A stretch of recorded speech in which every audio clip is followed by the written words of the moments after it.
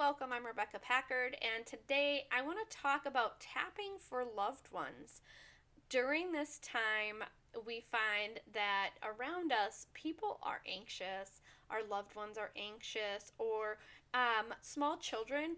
Sometimes tapping or teaching them to tap is hard, it's difficult. Sometimes it's more frustrating than actually teaching them the tool. And so, one of the things that I want to talk to you about is tapping for them.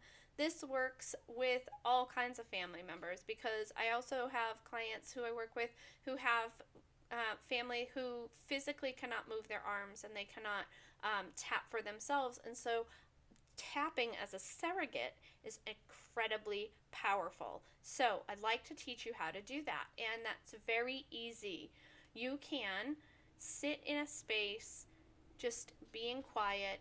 Start the session like we start every session by taking 3 deep breaths and allowing yourself to just come to that space, and then acknowledging that their anxiety is triggering your anxiety and that their being uncomfortable is causing you to, even though you're feeling empathy for them, you're feeling uncomfortable. And so in that moment, you want to release that. What in you is being triggered and what in them is being triggered. And then, whether you need to put words to it or not, which you do not, you can start tapping. You can go through the full sequence of the tapping, starting on the outside of the hand, going to the top of the head, and moving through all the spaces. Or you can tap on that back side of the hand, that gamut space I always teach you about, where your ring finger and your pinky finger create a small triangle on the back of your hand. You can tap there, or you can rub that space, or you can tap on the clavicle space. Remember, we put our index finger on our clavicle, we lay the rest of our fingers down, and our middle finger and our ring finger end up being in this meaty space in between our clavicle and our ribs, and we can tap there, or we can rub that spot. This is something I used to love to do when my little guys were overwhelmed. It was like, okay, today we're skipping a nap, and well, we know what happens around the witching hour when we skip naps, right? Or my little guys had a hard time with fireworks, and I know around this time of year there's a lot of fireworks, there's a lot of celebrations, whether it's a graduation, 4th of July, a wedding. It's summertime and people love to use fireworks. This can be really triggering for a lot of people. So you just think of that person and you tap and you ask what in you is triggered and what in them is triggered and what can we release. And now we just sit and tap, and you can be in the same room with them or you can be thinking about them, and you just ask that the release happen for the highest and greatest good for both of you.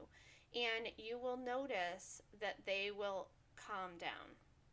So whether it's a small child or a loved one with anxiety and that's anxious around the loud noises of the fireworks or around any other situation, and you can ask them, is it okay if I tap for you? If it's your child or if it's somebody you have power of attorney over, you can tap for them. But if it's somebody who you're not sure, but you know that they're triggering you, you can tap and that's okay. All right? So taking that time to empower yourself and empower them through tapping for a loved one is really, really great. I encourage people to do this, and the more that you use a tool and your loved ones see you using the tool and you're not trying to be like, well, you need to learn this, or it's worked for me, you do it too. If you just show up and use the tool, they will use the tool.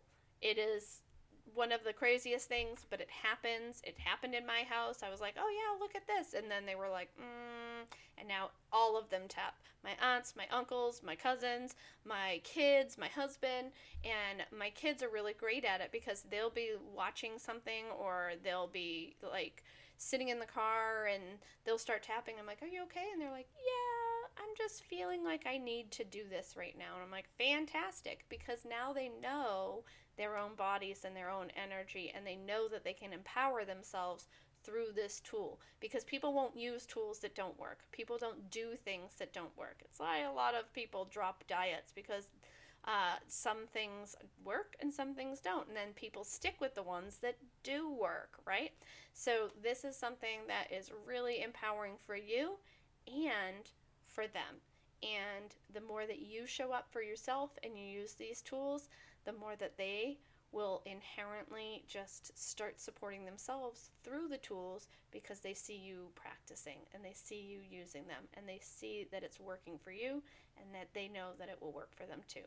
So if you are interested in tapping on other areas, you can go to the description below and find links to videos around all kinds of different tappings. And you can also find out, why are we tapping on certain things? You'll see that I have a lot of different videos around astrology, around seasons, around days of the week. We tap on a lot of different things, and I explain why we tap on those things and how our silent vibrational conversation works with the universe around us. And you can also, if you're looking to release in a bigger way, you can work with me working through the emotion code and the body code, and you can find out how to do that in the description below also. Okay? So have a wonderful day and enjoy.